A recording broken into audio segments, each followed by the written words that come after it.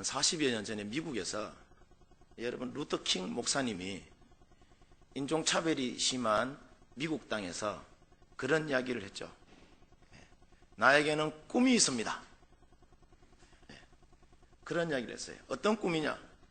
백인과 흑인이 함께 차별 없이 살아나가는 그런 세상을 만들어 나가는 꿈이 저에게는 있습니다.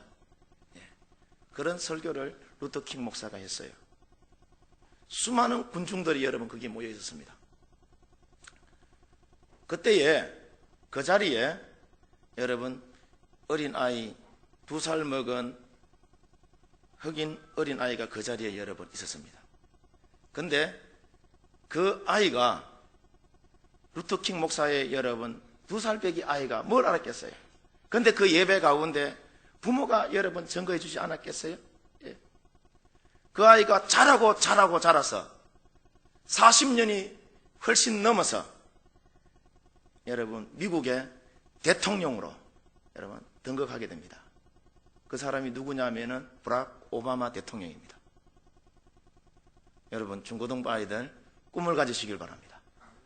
하나님은 여러분이 꿈을 갖고 믿음으로 살아나가면은 하나님께서 머지않는 시일에 여러분의 꿈을 이루게 하시는 줄 믿습니다. 할렐루야, 할렐루야. 어느 날 한 부인이 가정생활을 여러분 비관을 하면서 이 간절히 하나님께 빌었다고 합니다. 하나님 빨리 좀 천국 가고 싶습니다. 정말 힘들어 죽겠어요 하니까 그때 갑자기 하나님께서 나타나셔서 살기 힘들지? 야, 내가 네 마음 너무나도 잘 안다. 이해한다. 이제 네 소원을 내가 들어줄 텐데 그 전에 몇 가지 내 말대로 해보겠니? 라고 하나님 말씀하시니까 이 여인이 살아온 인생이 너무 고달프니까 네 알겠습니다 라고 그렇게 이야기했다네요. 그래서 하나님 말씀하시는데 애야, 내가 너 집안을 보니까 너 집을 보니까 너 집구석이 너무나도 지저분한 것 같은데 네가 죽은 후에 마지막으로 정리를 잘하고 갔다는 말을 들을 수 있도록 네가 집안 청소를 좀 할래? 라고 이야기를 했다네요. 그러자 이 여인이 그 후로 열심히 집안 청소를 여러분 설고 닦고 강체가 나도록 그렇게 여러분 청소했다고 합니다.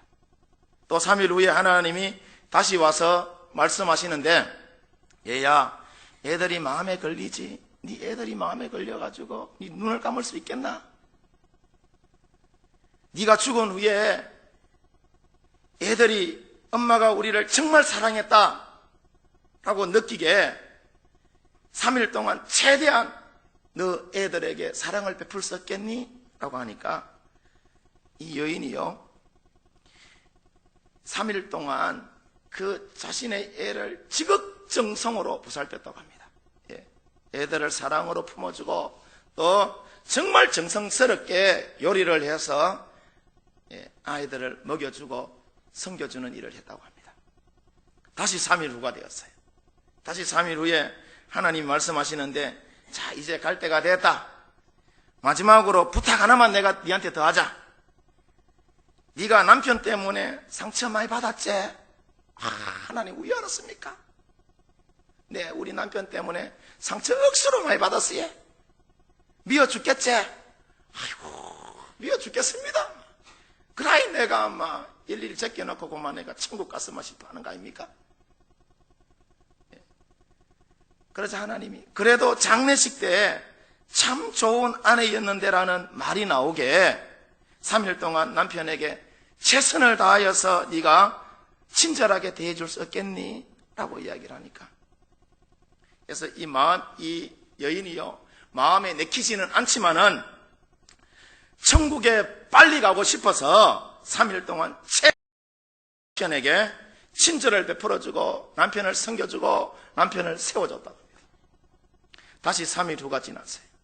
하나님 말씀하시는데 이제 천국으로 가자 라고 하면서 이제 천국으로 데리고 가는데 그런데 그 전에 네 집을 네가 살아온 집을 한번 돌아봐라 라고 하니까 집을 돌아보니까 깨끗해진 그 집에서 오랜만에 그 아이들의 얼굴에서는 웃음꽃이 피었고 남편의 얼굴에서는 흐뭇한 미소가, 전에 보지 못했던 그 흐뭇한 미소가 이 남편의 얼굴에서 찰찰찰찰 여러분 넘치더라네요.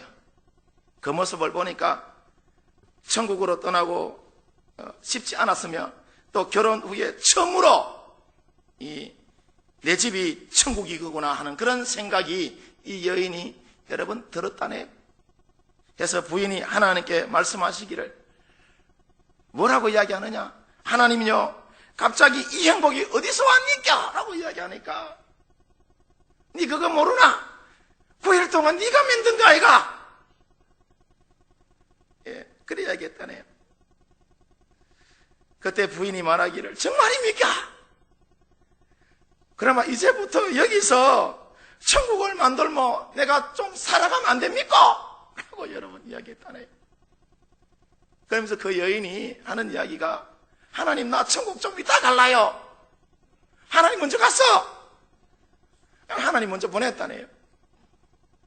여러분 이처럼 9일 동안에 여러분 천국 만들기의 기적은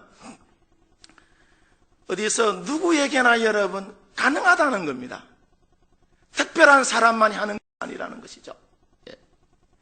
그래서 내가 남을 위하여 희생하고 헌신하면은 그 사람이 행복하고 희생의 짐을 여러분 서로 지고 나가면은 서로 간의 인생이 여러분 인생의 그 짐이 가벼워진다는 이야기죠.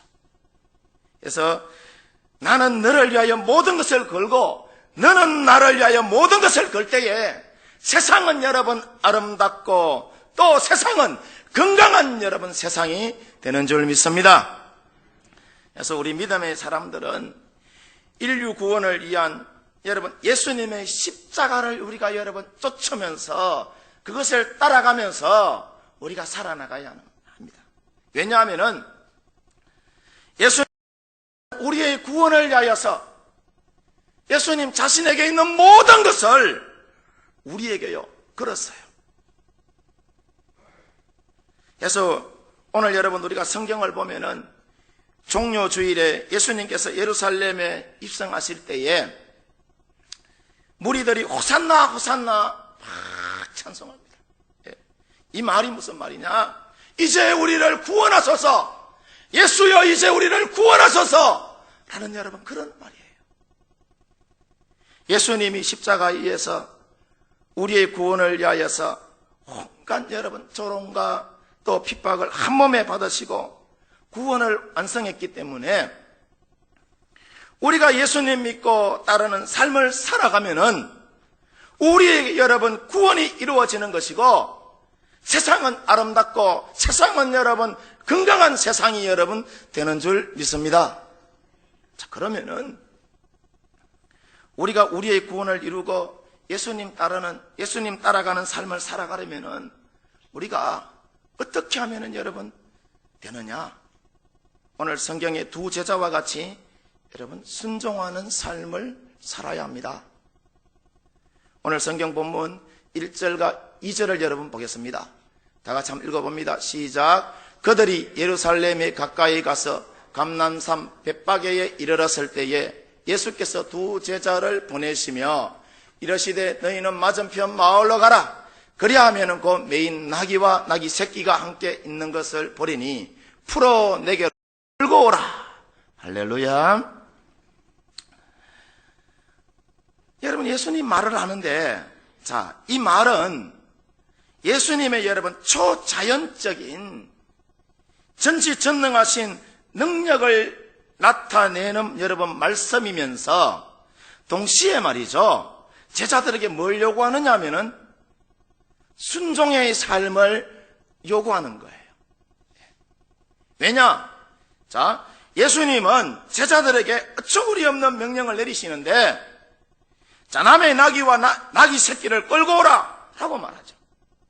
두 제자에게 여러분 이와 같은 명령을 내릴 때에 두 제자가 예수님요, 그 놈의 낙인데 내가 왜 몰고 옵니까? 하고 그런 이야기 하지 않습니다. 그냥 가서 주가 서시겠다 하고 그냥 순종하면서 여러분 몰고 옵니다. 순종하기 힘든 여러분 그런 상황이에요.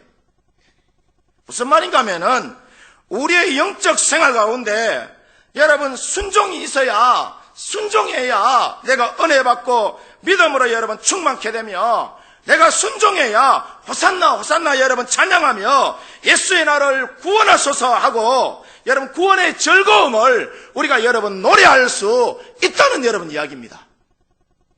그래서 예수님의 말씀과 명령이 우리의 생각이나 또는 여러분 우리의 가치관과는 전혀 다르다 하여도 절대적으로 여러분 순종하고 예수님 말씀을 쫓아서 우리가 살아가면은 예수님의 여러분 그 초자연적인 능력이 우리에게 여러분 임하게 되는 것이고, 우리는 여러분 날마다 우리의 삶 가운데서 호산나 호산나 하고 여러분 하나님의 구원의 즐거움을 우리가 노래할 수 있게 된다는 것이죠.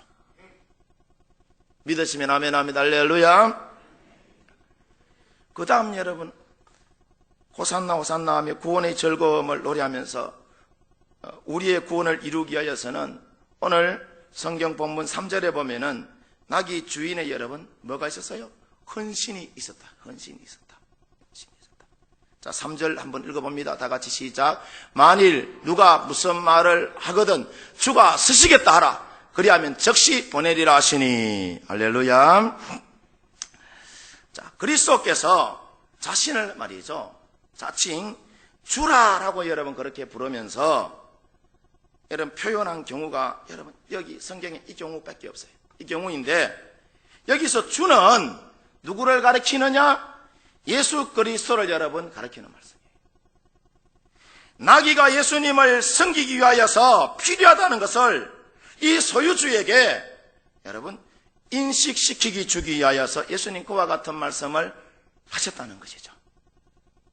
다시 말씀드리면은 세상의 주인이 누구예요? 예수님이라는 거예요. 여기서 주라는 이야기.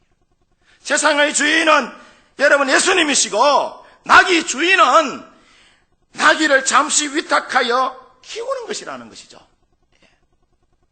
그래서 그러니까 주인이 서시겠다 하면은 여러분 내놓아야 한다는 거예요. 이 주인에게는, 나귀 주인에게는 그와 같은 여러분 믿음 있었다 없었다? 있었다는 것이죠. 여러분 우리도 그렇습니다. 신앙생활할 때에 주가 서시겠다 하면은 여러분 우리가 몸으로 마음으로 헌신할 수 있는 여러분 그런 믿음의 사람이 되어야 하는 줄 믿습니다. 가장 천한 짐승이라 할지라도 예수님을 여러분 섬기는 일에 필요한 경우가 있으면은 여러분 내놔야 한다는 거예요. 왜냐? 예수님 자신이 온 인류의 여러분 구속자이시고 왕이시고 모든 만물의 여러분 주인으로서 모든 피조물이 그 위에 여러분 순종하고 복종해야 함을 알리기 위한 의도에서 그와 같은 여러분 말씀을 예수님께서 하셨다는 것이죠. 그래서 나귀 주인은 자신의 여러분 어떤 것이라도 예수님을 위하여서 서시는 것이 가장 가치 있고 또 행복한 일이라는 것을 이 사람이 여러분 알았다는 거예요. 그래서 여러분 선뜻 제자들이 나귀를 여러분 가지러 왔을 때 그 나귀를 내어놓을 수 있었다는 것이죠. 그래서 여러분 우리가 예수님을 위해서 또 천국 복음 전파를 위해서 아낌없이 예수님을 위하여 헌신하는 여러분 그런 사람들은 호산나 호산나 다윗의 자손이 우리를 구원하소서 하고 여러분 그렇게 구원의 즐거움을 우리 모두가 노래할 수 있다는 거예요. 믿으시면 아멘 합니다. 할렐루야. 요즘 말이죠, 육사 지방선거를 앞두고 중앙일보 칼럼 중에 대통령과 밥솥이라는 아주 재미있는 이야기가 있어서 여러분들에게 소개해 드리려고 합니다. 아마도 이 작가 선생이 우리 시대에 모세나 다윗이나 솔로몬처럼 훌륭한 지도자가 선출되어서 이 시정과 도정을 이끌어 가야 한다는 그런 염원에서 이와 같은 글을 여러분 올리지 않았나 그런 생각을 해보게 됩니다. 우리나라가 여러분 해방이 되고 건국 초기에 나라에 여러분 돈이 없었어요. 돈이 없어서 먹고 살기가 막막할 때에 이승만 대통령이 미국에서 여러분 돈을 빌려서 아주 크다란 여러분 가마솥 하나를 장만을 했다고 합니다. 그런데 가마솥 크다란 하나를 장만해서 밥을 지으려고 하니까 살이 없더라네요. 그래서 쌀고 하다가 그만 임기 다 마쳐버리고 그 밥솥을 박정희 대통령에게 밥솥을 물려줬다고 합니다. 뒤이어 박정희 대통령이 어렵사리 이제 이승만 대통령에게 밥솥 받아가지고 보니까 먹을 게 한 개도 없는 거예요. 그래서 경제개발 5개년 계획과 새마을운동 일으켜가지고 농사 지어가지고 하얀 쌀밥 다 해놨는데 정작 본인은 먹어보지도 못하고 비명에 또 가버렸습니다. 이분이. 최규하 대통령이 뒤이어서 이제 대통령이 됐는데 박 대통령이 해놓은 밥솥에 이분이 소뚜껑 열라 하다가 손만 뒤이고 밥솥을 그만 전두환 대통령이 밥솥처럼 뺏겨버렸어요. 그래서 전두환 대통령이 최규하 대통령에게 빼앗은 그 밥솥의 밥을 온 식구들 다 불러 모아가지고 다 퍼먹어버렸어요. 여러분 그것이 오공비리잖아요. 그 후에 노태우 대통령이 전두환 대통령에게 가마솥을 하나 받았는데 보니까 지가 밥 다 퍼먹어버리고 밑에 그냥 시커먼 누룽지만 남아있더랍니다. 그래서 노태우 대통령이 물 부어가지고 불 떼가지고 누룽지 빡빡 끓여가지고 그 양반도 온 식구들 다 불러 모은 게 아니고 지는 지 혼자 그거 다 먹어버렸어요. 그것이 여러분 육공비리입니다. 그리고 그 밥솥을 말이죠 김영삼 대통령에게 밥솥 물려줬는데 김영삼 대통령이 보니까 밥도 없고 누룽지도 없고 아무것도 없어. 혹시 뭔가 좀 있나 싶어가지고 숟가락 가지고 밥솥을 팍팍 끓다 보니까 밥솥이 그만 빵꾸가 나버렸어요. 그래서 그 밥솥을요 엿바꿔 묵었다네요. 그래서 김대중 대통령이 이제 대통령에 등극을 했는데 물려받은 밥솥이 없어서 빈손으로 이 양반이 이제 시작을 해요. 국민이 모아준 금모으기 운동을 벌여가지고 IMF 경제 위기에서 이제 탈출해서 이번에는 미국에서 아주 좋은 신식 전기 밥솥을요 큰 거를 하나 장만을 했다고 합니다. 멋지게 밥을 잘 지었는데 찍기는 했는데 국민은 안 퍼주고 햇빛 정책이니 뭐니 하면서 북한에다가 다 퍼줘버렸다네. 그래서 노무현 대통령이 이제 그 전기밥솥 아주 좋은 전기밥솥 물려받았는데 이게 미제는 여러분 110V에 여러분 꽂아야 되는데 이 110V의 미제 밥솥을 220V 코드에 잘못 끼우니까 홀라당 밥솥을 다 태워 먹어버렸어요.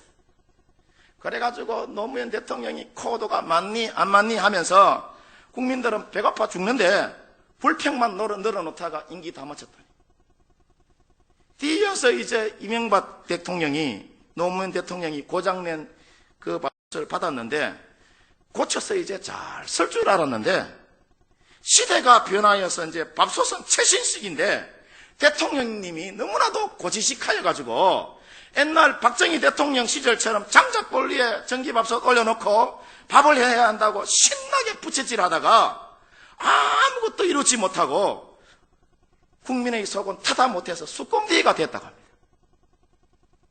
여러분 무슨 말이냐 하면은 국민을 위해서 헌신하는 지도자가 여러분 이 시대에 절실하게 여러분 필요하다는 거예요. 그런 헌신하는 지도자가 여러분 이 나라를 여러분 세워나가야 한다는 것이죠. 그래서 저는 이번 지방선거 때에 예수님이 우리의 구원을 위하여서 온갖 조롱과 핍박이 있음에도 불구하고 헌신하신 것처럼 이와 같이 예수님을 믿는 사람들이 여러분 뽑혀서 국민들의 편에 서서 국민을 위한 여러분 그런 시정과 도정을 여러분 이끌어 나가야 하는 줄 믿습니다. 예. 최 장로님도 이번에 우리 시의원 출마하는데 장로님 이번에 여러분 시의원 되시면은 밥솥 빵꾸 내지 말고 밥 잘 해가지고 구룡포 주민들 배 안 고르고 잘 나눠줄 수 있는 자신이 있는겨? 더 큰 소리를 하이소. 자신이 있다고 합니다. 자, 여러분, 자, 이 같은 헌신은 말이죠. 비단 여러분 정치인들 뿐만 아니라 여러분 오늘날 교회 가운데도 절실하게 필요하다는 것이죠. 우리가 하나님의 나라를 위하여서 교회의 영광을 위하여서 헌신하는 사람들로 여러분 세워져야지 여러분 하나님이 기뻐하시고 우리 또한 여러분 구원의 즐거움을 호산나 호산나 하고 여러분 우리가 구원의 즐거움을 노래할 수 있다는 겁니다. 여러분 이처럼 제자들의 순종과 또 나귀 주인의 여러분 헌신된 마음이 있을 때에 비록 비천한 여러분 나귀지만은 예수님을 위하여 귀하게 여러분 선용이 되었고 큰 무리들이 찬송했다라고 이야기해요. 주의 이름을 높여드렸다라고 이야기합니다. 무슨 말이냐? 우리 여러분 석병교회 모든 믿음의 식구들이 하나님의 말씀 앞에 제대로 여러분 순종하고 또 헌신하고 교회의 영광을 위하여 하나님 영광을 위하여서 우리가 여러분 세움받을 때에 이 지역에 있는 많은 사람들이 여러분 하나님의 이름을 높여드리는 그런 믿음의 역사가 일어난다는 이야기죠. 오늘 본문 8절 9절 말씀 한번 봅니다. 다 같이 시작. 무리의 대다수는 그들의 겉옷을 길에 펴고 다른 이들은 나뭇가지를 베어 길에 펴고 앞에서 가고 뒤에서 따르는 무리가 소리 높여 이르되 호산나 다윗의 자손이여 찬송하리도다. 주의 이름으로 오시는 이여 가장 높은 곳에서 호산나 하더라. 할렐루야. 자, 여러분 이처럼 오늘 성경에 보면은 순수한 무리들은 말이죠. 겉옷을 길에 펴고 나뭇가지를 베어서 길에다가 여러분 펴고 호산나 호산나 하며 여러분 찬양했다, 찬송했다라고 여러분 이야기합니다. 여러분 여기서 종려나무 가지는요 뭘 상징하느냐 하면은 승리를 상징하는 거예요. 승리를 상징하는 것인데 왕이나 왕자를 여러분 환영하는 극진한 여러분 대접을 할 때에 그와 같은 여러분 일을 한다네요. 이스라엘에서는. 그런데 6월절 예수님이 예루살렘 성에 여러분 입성할 때에 거기에 모인 사람들이 약 여러분 얼마 정도 되느냐 하면 270만 명이 모였다고요. 270만 명이. 270만 명이 예루살렘 성에 모여서 호산나 호산나 다윗의 자손이여 우리를 구원하소서 라고 여러분 그렇게 말했다고 합니다. 지금 이스라엘의 인구가 600만이 조금 넘습니다. 지금 그 옛날 2000년 전이라고 하면은 만 200만 조금 더 안 넘었겠나 200만도 안 됐어 싶어요. 예. 무슨 말이냐면은 세계 각처에서 유대인들이 예수 믿는 사람들이 그죠? 모여서 6월절을 위하여서 오셨다는 거예요. 그때 예수님이 예루살렘 성에 여러분 도착을 했을 때에 호산나 호산나 하며 이제 우리를 구원하소서 하고 그렇게 여러분 소리 높여서 외쳤다는 겁니다. 그래서 다들 이구동성 오직 예수 그리스도만이 우리를 죄에서 구원하십니다. 오직 예수님만을 여러분 목이 터지도록 그들이 여러분 찬양한 것입니다. 왜냐 예수님이 우리를 구원하신 분이시고 또 우리가 그분을 찬양할 때에 원수 마귀가 도망가고 그 가운데 치료와 회복의 역사가 여러분 하나님의 이적과 기사와 표적이 그 가운데 여러분 일어나기 때문인 것입니다. 리차드 칼슨이라는 사람이 그런 책을 썼어요. 우리는 사소한 것에 목숨을 건다. 참 좀 제목이 좀 어시시하죠, 그죠? 예.